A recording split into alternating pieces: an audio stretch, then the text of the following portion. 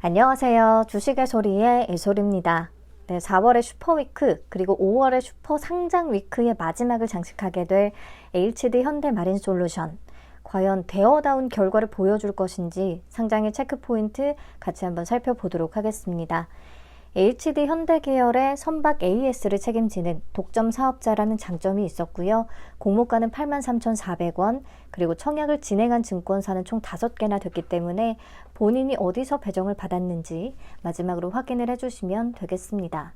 자, 최종 배정 내역부터 살펴보면요. 우리사주 조합에서 약간의 미달이 발생했다는 건 2일차, 청약 2일차 끝나고 바로 알 수가 있었죠. 근데 정확한 수량은 예상했던 것과 다르기는 하더라고요.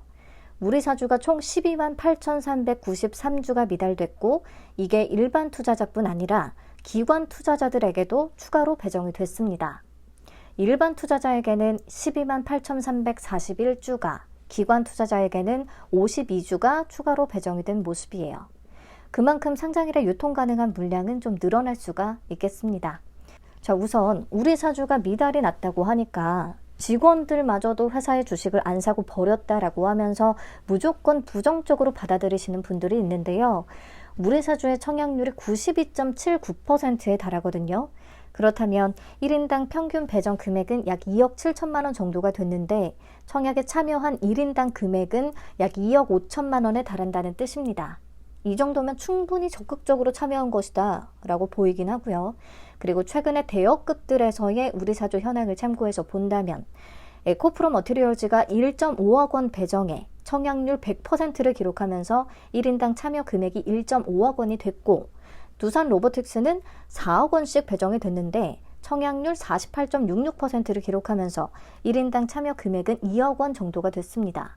그리고 그 유명했던 LG 엔솔은 2.8억 원씩 배정이 됐고 청약률 95.94% 기록, 1인당 참여한 금액은 2억 7천만 원 정도였거든요. 그렇다면 HD 현대마린의 1인당 평균 참여 금액은 두산 로보틱스보다 높고 거의 LG 엔솔과 비슷한 수준이다 라는 부분에서 충분히 우리사주의 청약 열기 또한 높았다라고 체크를 해볼 수가 있겠습니다. 그럼 최종 의무보유 확약을 확인해 보도록 하겠습니다. 수요 예측 때 45.78%를 기록하면서 기대를 높였었는데 그때 얘기하기는 했었죠. 사실상 최종적인 확약은 그렇게 높지가 않을 수가 있다고요. 네, 배정 후에는 55.20%가 잡혔습니다. 수요 예측 때에 비해서 아주 높은 정도는 아니고요. 그래도 6개월 비중이 29.9%로 가장 높고 그 다음 3개월 21.3%로 높습니다. 장기 확약 위주기는 해요. 그리고 최종적으로 확약이 이렇게 생각보다 높지 않은 이유는 늘 그렇듯이 외국인 특혜가 작용을 했기 때문인데요. 자, 표로 한번 정리를 해봤습니다. 수요 예측에 참여한 비율을 보면 국내 기관이 89%, 외국 기관은 11% 정도였거든요. 근데 최종적으로 배정된 비율을 보면요. 국내 기관은 60%, 외국 기관은 40%죠. 그러니까 참여한 수량 대비해서 외국인들이 절대적으로 훨씬 더 잘 배정을 받았다는 소리입니다. 많이 배정이 됐다는 소리예요. 그리고 확약 비중을 보시면요. 국내 기관 투자자의 확약 비율은 91.98%. 정말 높네요. 91.98%에 달하는 반면에 외국 기관 투자자의 확약 비율은 0.04%밖에 안 됩니다. 즉, 미확약 외국인들한테 우선적으로 배정을 함으로써 이런 결과가 만들어졌다는 거죠. 아쉽다면 아쉬운 부분인데요. 항상 나타나고 있는 결과라 뭐라고 얘기하기도 입 아픈 것 같아요. 대여급에서는 특히나 이런 결과가 나옵니다. 아무튼 그렇고 그래서 최종 확약을 적용을 하면 상장일 유통 가능 물량은 10.23%까지 감소하고요. 공모가 기준 금액으로 계산을 하면 약 3,792억 원 정도의 규모가 되겠습니다. 상장일에 매각 가능한 주체 중에서는 일반 청약자의 비중이 가장 높고 상장일을 매도 주범으로 작용을 하는 외국 기관이 그 다음으로 높습니다. 국내 기관들은 거의 다 지금 확약으로 잡혀 있는 상태고요. 근데 그나마 기존 주주가 없다는 거는 큰 장점이라고 볼 수가 있겠죠. 자, 그럼 여기까지 정리를 해보겠습니다. 우리사주 청약률은 92.79%를 기록했는데 이 정도면 충분히 높은 참여도다라고 얘기를 했고요. 최종적인 확약 비율은 55.20%로 아쉽긴 하지만 그래도 절반을 넘겼습니다. 최종 유통 가능 물량은 10.23%, 굉장히 적은 수준이고요. 품절주 느낌이 나기는 하죠. 그리고 상장 즉시 나올 수 있는 기존 주주의 물량이 없다는 것도 장점이긴 합니다. 자, 그래서 유통 가능 금액이 약 3,792억 원, 시가총액은 약 3조 7천억 원 정도. 시가총액에 비해서 확실히 유통 물량의 조건이 좋은 편이라고 할 수가 있어요. 자, 최근에 시가총액 1조 원 이상의 대여급들만 좀 꼽아서 본다면 APR, 에코프로 머티리얼즈, 두산 로보틱스 정도가 있거든요. 이 중에서 APR은 시가총액이 1.9조 원 정도로 현대마린의 2분의 1 수준밖에 안 됐는데 유통 가능 금액은 오히려 훨씬 높았습니다. 유통 물량이 35.48%, 특히 기존 주주 비율이 32.85%로 좀 최악이었고요. 유통 가능 금액은 6,727억 원에 달했습니다. 비교해서 봤을 때 HD 현대마린의 조건이 훨씬 좋은 거죠. 그리고 에코프로머티나 두산 로보틱스나 최종 유통 가능 금액이 다 3천억 원대를 기록을 했었거든요. 얘들은 상장 당일뿐 아니라 그 이후에도 엄청나게 상승 가도를 달렸습니다. 그래서 조건만 봤을 때 HD 현대마린에 대한 기대가 조금 커지는 것도 사실이기는 하죠. 또 이름에 HD 현대가 붙기도 했으니까. 근데 두산 로보틱스, 에코프로머티, APR 요때는 공모주 수급이 확실히 좋았습니다. 안타깝게도 최근에는 좀 꺾인 분위기고 이 중에 시가총액이 HD 현대마린이 3.7조로 가장 크다는 게 조금 불안 요소로 꼽아볼 수가 있겠죠. 그리고 요즘은 이렇게 사이즈가 클수록 밸류가 중요해지고 있어요. 딱 이론적인 수준에서 추가적인 펌핑이 거의 잘 안 나오는 그런 모습. 그래서 오늘도요, 이론적으로 주당 평가가액을 계산해 볼 텐데요. 우선 23년 순이익 기준으로 보수적으로 먼저 계산을 할 거고요. 24년 예상 순이익 기준으로 조금 공격적으로도 잡아보도록 하겠습니다. 먼저 23년 순이익 1,511억 원에 회사 측이 제시한 비교 기업들의 평균 펄을 적용을 했어요. 평균 펄은 5월 6일 기준의 시가총액과 환율을 기준으로 계산을 한 수치입니다. 그러면 평가 시가총액은 약 5조 6,919억 원으로 계산이 되고요. 적용 주식수로 나누면 주당 평가가액은 약 12만 8,052원이 됩니다. 공모가 83,400원보다 53% 높은 수준. 그래도 공모가보다는 높게 계산이 돼서 다행이라고 생각이 되네요.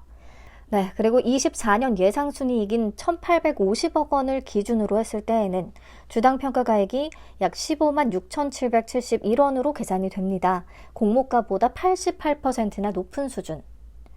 그래서 저는 그래도 50에서 한 80% 정도 기대를 해보고 있어요. 개인적으로는 한 15만 원까지는 기대를 걸어보고 싶습니다. 그리고 아무래도 대여급이다 보니까요. 주요 지수의 편입 가능성 궁금해 하시는데요. 지난해 11월에 상장한 에코프로머티가 수요 예측에서는 완전히 참패했지만 MSCI 한국 지수에 또 편입이 되면서 상장 후에 주가가 공모가의 4배 이상 상승했다라는 내용의 기사도 있고 그렇다 보니까 혹시 HD 현대마린도 MSCI나 코스피 200 편입 이슈는 없을지 그런 부분 좀 궁금하실 거예요. 자, 기본적으로요.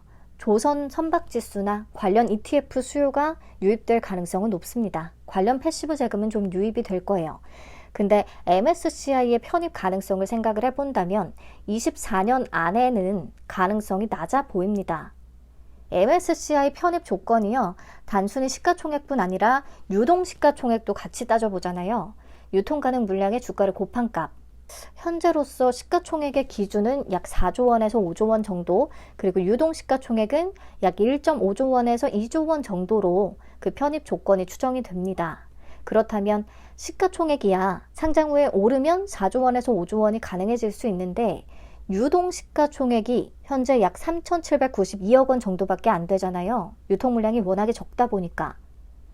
그리고 현재 2대 주주인 KKR의 지분이 6개월 보호예수가 또 걸려있단 말이죠.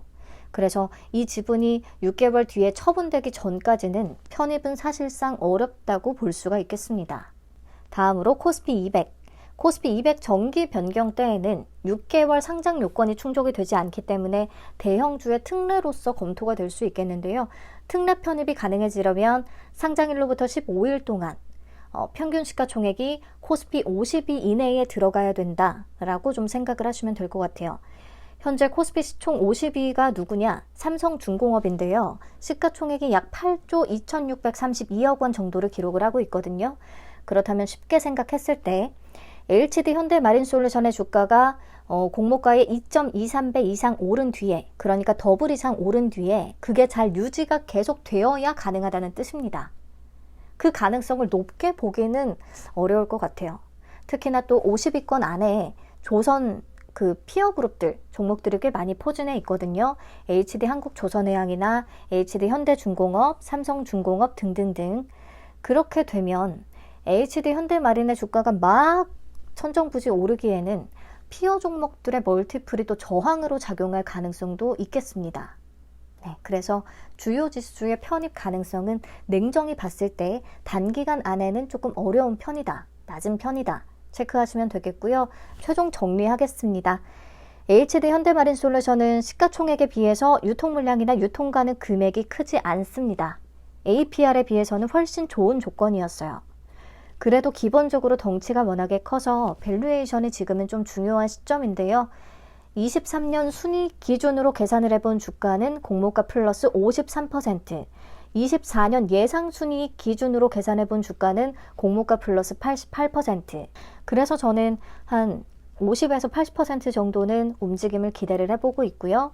코스피 200 특례 편입이나 MSCI 한국지수 편입은 단기간에는 어려울 것으로 보이고, 조선 선박지수, 관련 ETF 패시브 유입은 가능할 것으로 보입니다. 한 15만원까지는 가줬으면 좋겠는데 힘내주기를 응원을 해봐야겠죠. 그럼 7일 아침에 코칩과 SK증권 12호의 상장일 주가 흐름 같이 보고요. 8일에는 한마음으로 모아서 HD 현대마린솔루션을 응원해 보도록 합시다. 남은 연휴 잘 마무리하시고요. 내일 뵐게요. 감사합니다. 안녕.